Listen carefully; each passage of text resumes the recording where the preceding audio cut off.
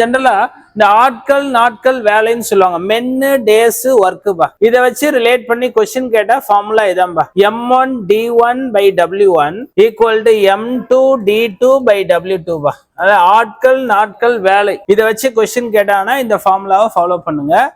Mat of length 180 metre இருக்காம்பா.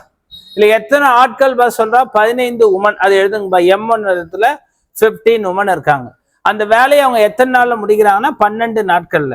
என்ன வேலையை முடிக்கிறாங்க? 180 மீட்டர். ரைட்டா? அந்த மேட்டை ரெடி பண்றாங்க. ரைட்டா? இப்ப கேள்வி என்னப்பா? 32 பேர் 512 மீட்டர் நீளமுள்ள பாயினை ரைட்டா உற்பத்தி செய்ய எத்தனை நாட்கள் ஆகும்? இதான் கொஸ்டின் பா. டிவைட் பண்ணுங்கப்பா.